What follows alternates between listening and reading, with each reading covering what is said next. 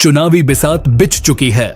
बरसात के इस मौसम में भी पूरा झारखंड राजनीतिक तपिश से जल रहा है। जिस प्रकार का माहौल तैयार किया जा रहा है उसमें एक एक वोट मायने रखने वाला है। पिछले विधानसभा चुनाव में 2 सीटें ऐसी थीं जहां जीत हार का अंतर 1000 से भी कम था। इतने कम अंतर से जिस प्रदेश में जीत हार हो वहां अगर कोई नया मोर्चा उभरे तो वह सीटिंग विधायक को पसीना जरूर ला सकता है। कुछ इसी प्रकार का शक्ति प्रदर्शन इन दिनों जमशेदपुर पश्चिमी विधानसभा सीट पर किया जा रहा है। जमशेदपुर पश्चिमी विधानसभा सीट पर इन दिनों शंभू चौधरी ताल ठोक रहे हैं। रविवार को माइकल जॉन ऑडिटोरियम में बूथ सम्मेलन का आयोजन किया गया, जिसमें युवाओं की भीड़ चर्चा का विषय बना हुआ है।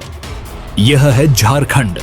81 विधानसभा सीटों वाले इस प्रदेश में कई ऐसी सीटें हैं जहां मामूली से वोटों के अंतर से ही जीत हार तय होती है।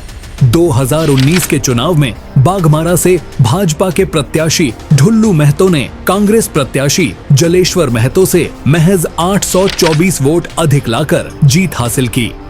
वहीं सिमडेगा विधानसभा सीट पर कांग्रेस विधायक भूषण बाड़ा ने अपने प्रतिद्वंदी भाजपा उम्मीदवार श्रद्धानंद बेसरा को मात्र 285 वोट के अंतर से चुनाव हराया था। कुछ यही हाल जमशेदपुर पश्चिमी विधानसभा सीट पर वर्ष 2009 में भी हुआ था।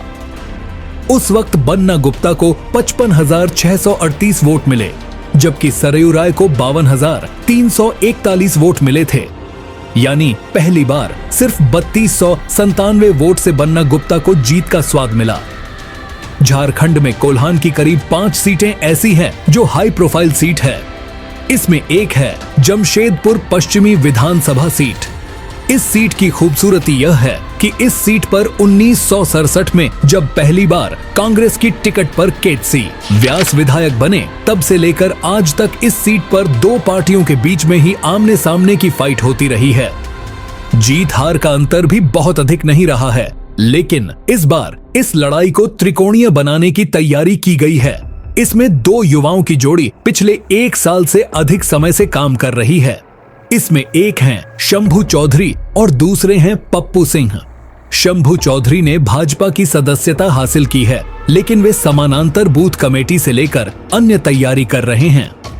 पार्टी की ओर से अगर टिकट नहीं मिलता है तो निर्दलीय प्रत्याशी के तौर पर वे चुनावी मैदान में होंगे।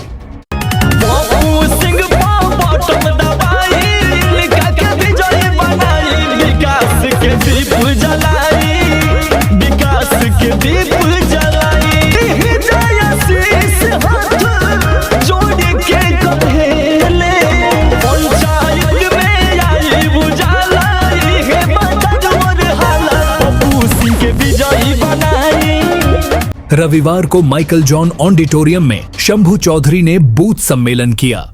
इस सम्मेलन के जरिए उन्होंने एक तरह से अपना शक्ति प्रदर्शन किया। युवाओं की भीड़ देखकर गदगद शंभू चौधरी ने कहा कि वे चुनाव जीतने के लिए लड़ रहे हैं। इसमें सबसे अहम भागीदारी युवाओं और महिलाओं की होगी। लगे हाथों उन्होंने क्षेत्र के विधायक सह मंत्री बन्ना गुप्ता पर भी हमला बोला। कहा कि इस बार वे बन्ना गुप्ता का खेल जरूर खराब करेंगे। उसके लिए पूरी ताकत से मेहनत कर रहे हैं। जनता का भी भरपूर आशीर्वाद मिलने की बात कही।